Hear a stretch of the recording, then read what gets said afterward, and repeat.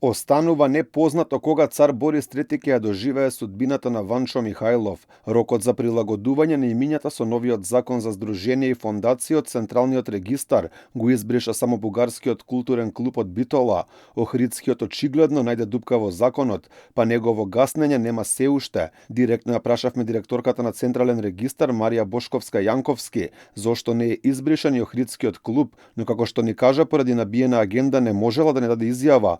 Ни порача да сме се повикале на соопштението од оваа институција, но таму нема никаква информација за цар Борис III, туку само дека бил избришан Ванчо Михајлов, дека од Охридскиот клуб немаат искрена намера своето име да го прилагодат на новиот закон за здружение и фондации, претходно кажа и самата Бошковска Јанковски. Според неа тие поднеле обичен лист хартија со кој намерата очигледно е само купување на време. За Сдруженијето цар Борис III на 10.2.2023 е поднесено барање допис каде што бара да се усогласи со новиот закон за здружение и фондации и при тоа не е наведено ништо во тоа барање. Тоа е еден лист хартија. Значи, тој лист хартија не ја задоволува законската процедура за поднесување на документи.